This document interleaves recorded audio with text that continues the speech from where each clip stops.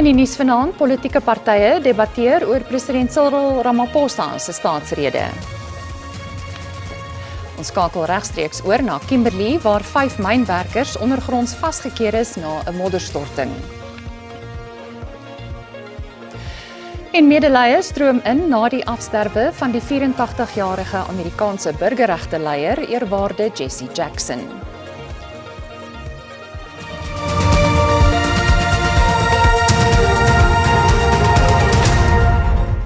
Goeienaand en baie welkom by die Afrikaanse Bulletin. Lede van die parlement van regoor die politieke spektrum het begin om oor president Cyril Ramaphosa se staatsrede te debatteer. Die debat duur tot môre, waarna Ramaphosa donderdag repliek sal lewer. Tydens die staatsrede het die president aangedui dat vooruitsigte vir die Suid-Afrikaanse ekonomie positief is. Opposisiepartye het die geleentheid gebruik om na die krisisse in die land te verwys, terwyl lede van die regering van nasionale eenheid op suksesse gefokus het. It was not a State of the Nation address. It was a State of Intent address. It described plans, committees, trust teams, another investment summit, and what government hopes to do. It failed to report an account to the nation. Under your term, crime is out of control and your deployment of the army is the last resort. You are admitting that you have failed to fight crime. The people of Gauteng have been terrorized for too long by the so-called Zamazamas, and on the deployment of the army, we have no choice but to support you because we have destroyed law enforcement capacity.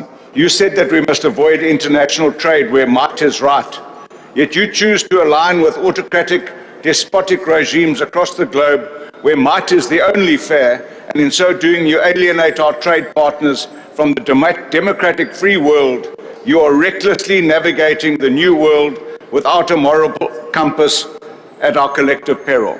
The government of national unity will not be judged by the promises tabled during the opening of Parliament, but by whether that skeletal plan is implemented with urgency, discipline, and measurable results. The SSA has indicated that they are going to prioritize the revetting of police officers and management implicated at the Matlanga Commission, and in the metro departments, they will start at the Ekurhuleni Metro Police Department. Engagements with SAPS on the revetting process have commenced to ensure full cooperation of affected members, and the revetting will also include officers due for promotion to the SAPS SMS structures. On Saturday, we will be receiving a delivery of 1 million vaccines from Biogenesis Bago. This will be the largest single import of vaccines to date, and this will bring much needed relief to the most affected provinces and regions, and this will be followed by additional vaccines from other countries. In total, we anticipate by the end of March, we will have received over 5 million vaccines from 3 different suppliers. Dit was vermoeiend donderdag aand om net te luister na die lang lys van probleme wat u gelys het, om nie van al die nuwe taakspanne te praat nie. Elkeen van hierdie probleme het nie maar toevallig gebeur nie. Nee, dit het gebeur onder die bewind van die ANC die afgelope 30 jaar. Entoesiasme in taakspanne verander dit nie.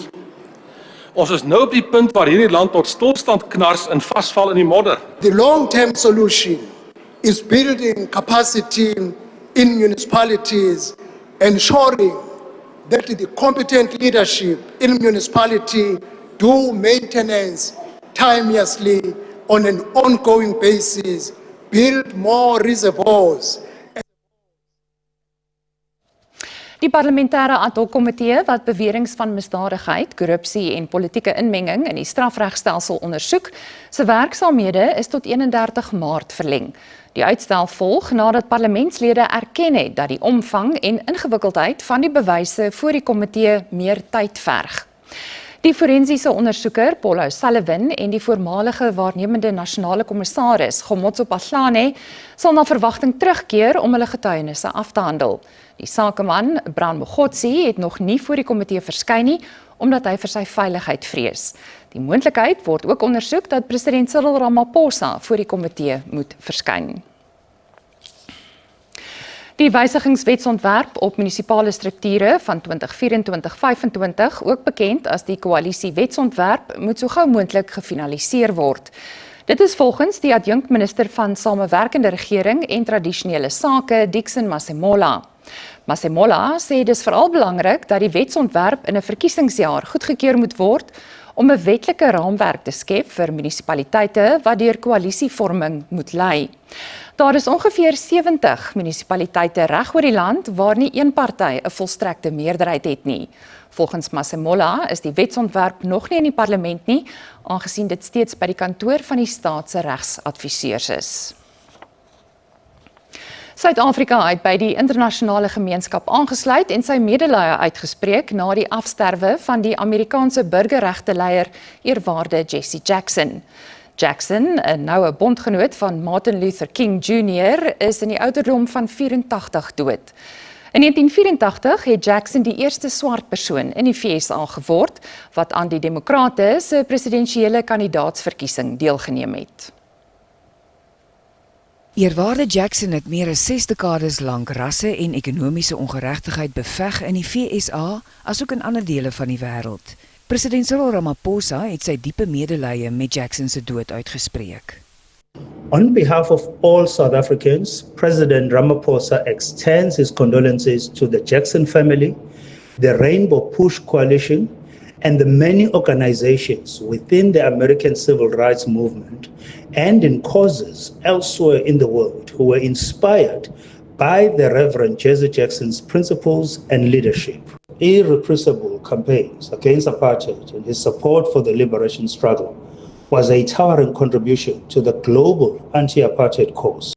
In die 70er en 80er jare het Jackson 'n kragtige internasionale bondgenoot van die anti-apartheidsbeweging in Suid-Afrika geword. Hy het tydens die hoogtepunt van apartheid na die land gereis, die regime veroordeel en wêreldwye aandag op die stryd gevestig. When that Mr. President Colin Powell still did not come, because if he does not come, it isolates America, but it discredits his leadership in ways that are so shameful. It puts him in a terrible historical manner. The first African-American Secretary of State cannot address racism, and what he agrees with and disagrees with here, it limits his moral authority in the world. Na Nelson Mandela se vrylating uit die tronk in Februarie 1990, het Jackson met hom vergader en voortgegaan om Suid-Afrika se oorgang te bepleit. Hy het ook gewaarsku dat politieke vryheid gevolg moet word deur ekonomiese geregtigheid. Vir sy lewenslange solidariteit het Suid-Afrika hom die orde van die Metgeselle van O.R. Tambo toegeken, een van die land se hoogste eerbewyse vir buitelandse burgers. But also as we continue our struggle, he achieved what he fought for, and that was freedom. Today we have political freedom. The badges of race humiliation are behind us. The right to vote has been achieved. Now we must democratize our economy. Jackson is verlede jaar in April met progressiewe supranukleêre verlamming gediagnoseer en is in November in die hospitaal opgeneem. Hy is kort daarna op lewensondersteuning geplaas. Hy word oorleef deur sy vrou Jacqueline, sy 6 kinders en sy kleinkinders. Die VSA se aangewese ambassadeur na Suid-Afrika, die konservatiewe aktivis en skrywer Leo Brent Bozell, het in Suid-Afrika aangekom te midde van gespanne verhoudinge tussen die twee lande. Bozell moet nog sy geloofsbriewe aan president Cyril Ramaphosa oorhandig voor hy met sy amptelike verpligtinge kan begin. Verhoudinge tussen die twee lande die afgelope paar jaar versleg, met president Donald Trump wat die Suid-Afrikaanse regering daarvan beskuldig dat hulle die wit minderheid vervolg. Die Departement van Internasionale Sake en Samewerking het nog nie gereageer op navraag oor wanneer Bozell sy geloofsbriewe aan die president gaan oorhandig nie. Onderhandelings tussen Iran en die VSA oor Iran se omstrede kernverrykingsprogram is in Genève, Switserland voortgesit tydens indirekte gesprekke met Oman as bemiddelaar. Intussen is afgevaardigdes van Rusland en Oekraïne ook in vredesgesprekke in Genève gewikkel met die VSA wat daar as bemiddelaar optree. Die president van die VSA, Donald Trump, het vroeër gesê hy glo dat Teheran nou gereed is om 'n ooreenkoms te sluit. Daar word berig dat die Amerikaanse vliegdekskip, die Abraham Lincoln, al nader aan Iran beweeg. Spanning het toegeneem nadat die VSA en Israel in Junie verlede jaar 'n aanval op Iran se kernfasiliteite uitgevoer het. So I'll be involved in those talks indirectly, and they'll be very important. We'll see what can happen. It's been typically Iran's a very tough negotiator. They're good negotiators, or bad negotiators. I would say they're bad negotiators because we could have had a deal instead of sending the B-2s in to knock out their nuclear potential, and we had to send the B-2s. I hope they're going to be more reasonable. Maar die Iranse opperleier, die Ayatollah Ali Khamenei, waarsku dat enige poging deur die VSA om op 'n militêre wyse die Iranse regering omver te werp, 'n reuse mislukking sal wees. Die opperleier sê selfs die wêreld se magtigste weermag kan soms so hard geklap word dat hy nie weer kan opstaan nie. Hy het bygevoeg dat 'n oorlogskip gevaarlik kan wees, maar gevaarliker nog is die wapen wat die militêre vaartuig na die bodem van die oseaan stuur.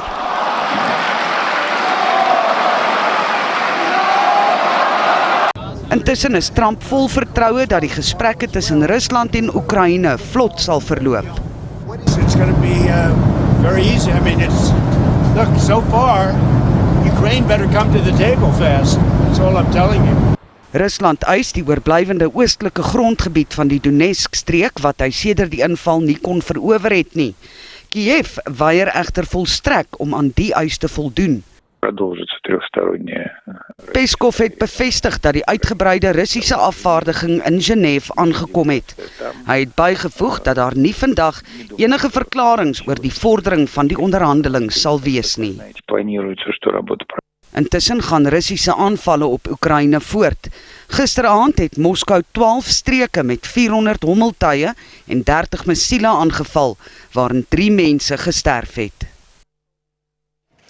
Net hierna ons beloofde oorskakeling na Kimberley vir die jongste na 'n mynongeluk en die werkloosheidssyfer daal ietwat in Suid-Afrika in die 4de kwartaal van 2025. Bly by ons.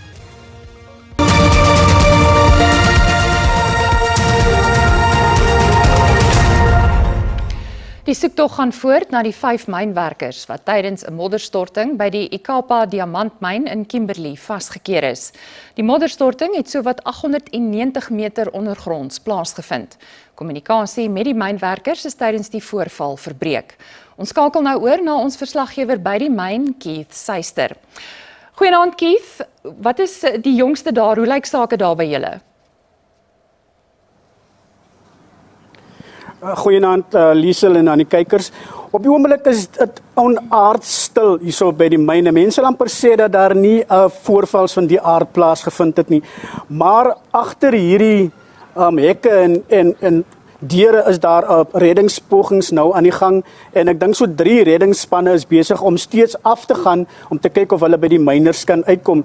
Soos jy wel gesê het, hulle is 890 meter onder die grond en die liewer die modderstorting het vanoggend so na 1 uur of voor 1 uur plaasgevind, wat beteken dat hierdie mans nou al 'n geruime tydjie al onder die grond is en baie van die mense met wie ek vanmiddag gepraat het sê dat as jy so lank onder die grond is in hierdie toestande, in die tipe van myn, is die kanse dat om oorlewing baie skraal, maar as die myners 'n innovatiewe manier gehad het om aan die gang te bly, kan hulle dalk nog môre lewend gevind word. Soos ek vir jou sê, op die oomblik is reddingsspanne besig om water uit te pomp om by die area te kom waar die myners is en dit is so 800 meter onder die grond. Die myn het al vanoggend die families laat inkom wat hulle hier kom maak het, is ons nie van mooi seker nie, maar 5 mans of liewer 5 myners is nog steeds onder die grond. Liesel? Keith, ek wil graag by jou hoor, het jy dalk al van hierdie familielede daar by die toneel gesien, daar by die myn? Was hulle al daar of het hulle daar ingekom by 'n hek wat jy hulle dalk al gesien het? Liesel, nee, ek dink die myn het hierdie familielede op by 'n secret gate, as ek dit so kan stel, by 'n 'n veilige hek laat ingaan en met hulle onderhandel binne die myn. Ons het nog geen van die familielede op die oomblik vanmiddag van ek hier was gesien nie. Wat lyk asof van die werk is nog in en uit, maar die skofte dink ek hierso is nou gestaak, Liesel. Keith, kon jy dalk al met van die ander mynwerkers wat nou nie noodwendig daardie skof gewerk het nie, maar mynwerkers wat kom en gaan, het jy al bietjie met van hulle gesels en gehoor wat se tipe gevoelens of emosies ervaar hulle op die oomblik? Ja, ek het met iemand vroeër vanmiddag gesels wat in hierdie myn gewerk het en sê dat die toestande ondergronds hierso is van so 'n aard dat dit is onstabiel, as ek dit so kan stel. Dat dit reën en dit het redelik gereën in Kimberley die afgelope paar dae. So water akkumuleer op plekke en jy moet baie versigtig wees.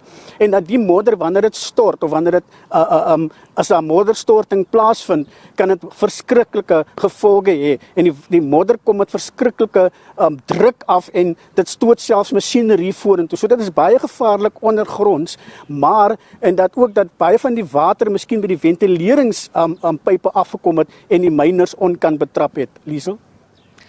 Baie dankie Keith Suister, ons verslaggewer in Kimberley wat sake daar by die Ikapa myn vir ons dophou. Die goudgrawery in 'n beeskraal by die Gugulethu informele woongebied naby Springs aan die Oostrand het bedaar. Die Ekurhuleni Metro, tesame met die nasionale regering, beplan 'n gesamentlike operasie met die polisie. Na 'n week se gegrawe na die beweerde goud, is daar nou diep gevaarlike gate in die gebied.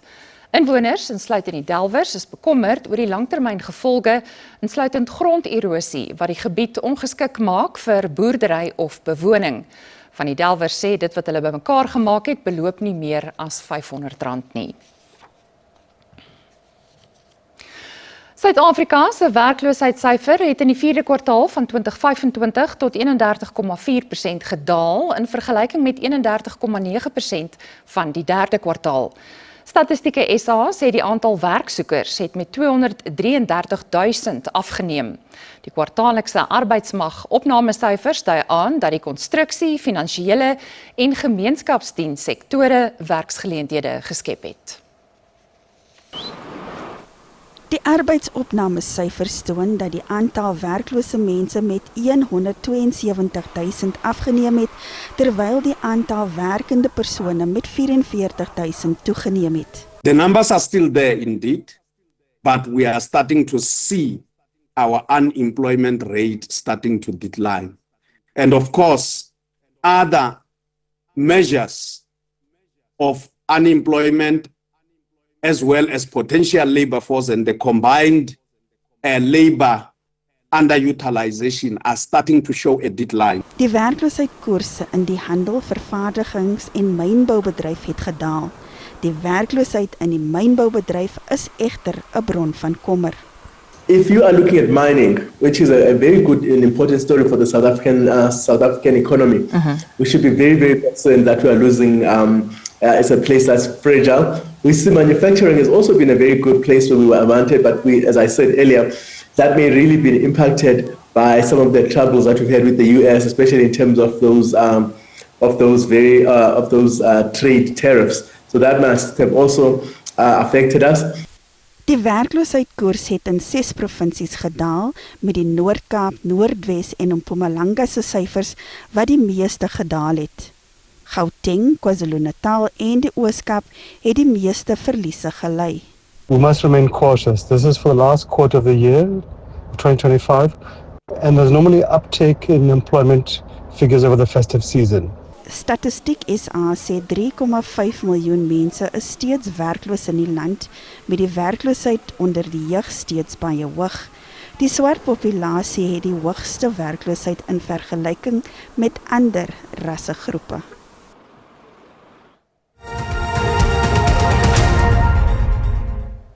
Kom ons kyk hoe die markte om 5:00 vanmiddag gelyk het.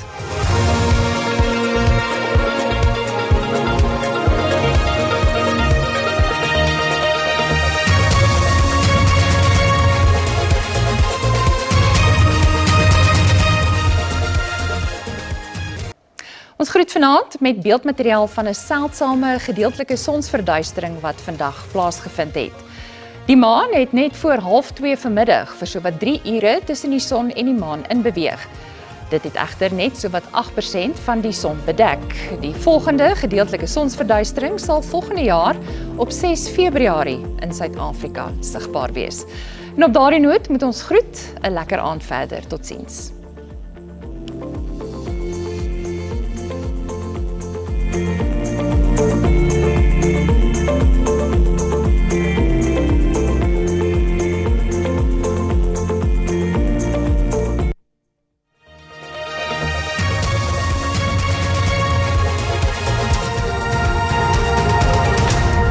Goeienaand, welkom by die weer. Kom ons kyk na ons weervooruitsigte vir vandag en môre. Vir vandag 'n 60% kans vir reën oor groot dele van Noord-Kaap. Dan sien ons ook 'n 30% kans vir reën met bewolkte toestande word dan verwag in die res van die land. Vir môre 'n 60% kans vir reën. Dit strek vanaf die Noord-Kaap tot en met die Oos-Kaap en in dele van KwaZulu-Natal. Môreoggend sien ons miskolle word dan ook verwag in KwaZulu-Natal. Vir vannag is daar 'n geel vlak 2 waarskuwing uitgereik vir ewige donderbuie wat verwag word in dele van Noord-Kaap. Vir môre is daar 'n waarskuwing uitgereik, 'n geel vlak 1 waarskuwing wat dan verwag word in die suidelike dele van die Noord-Kaap en dan in die noordwestelike dele van die Oos-Kaap. Ons kyk nou na ons minimum en maksimum temperature in Gauteng. Johannesburg 14:27, Carletonville 'n maksimum van 28 en dan Springs het 'n maksimum van 27. Ons volgende provinsie is Limpopo. Ons sien dit is bewolk en sonnig in Limpopo, Lephalale maksimum van 32, Mokopane 12:30 en Phalaborwa 17:33. Mpumalanga Mashishing 11:27, Ermelo maksimum van 25 en Mkondo 11:27. KwaZulu-Natal verspreide buie en donderbuie, Kokstad 9:26, Ulundi en Richards Bay albei 'n maksimum van 31. In Oos-Kaap baie nat in die provinsie, Graaff-Reinet net 16:33, KwaNoJoli 19:33 en dan Oos-London 'n minimum van 19 en 'n maksimum van 29. In Wes-Kaap, Kaapstad maksimum van 26, Worcester 18:30 en dan George 19:27. Noord-Kaap verspreide buie en donderbuie, Appington 'n maksimum van 34, De Aar 16:30 en dan Kimberley 15:30. Vrystaat enkele buie en donderbuie in die provinsie, Welkom 15:29, Frankfurt 'n minimum van 9 en Wepener 14:28. Noordwes wat ons laaste provinsie is, ook baie nat in die provinsie, Lichtenburg 14:29, Mahikeng maksimum van 28 en dan Tosca 16:30. Dit is dan al van my en die weerdiens, 'n rustige aand verder.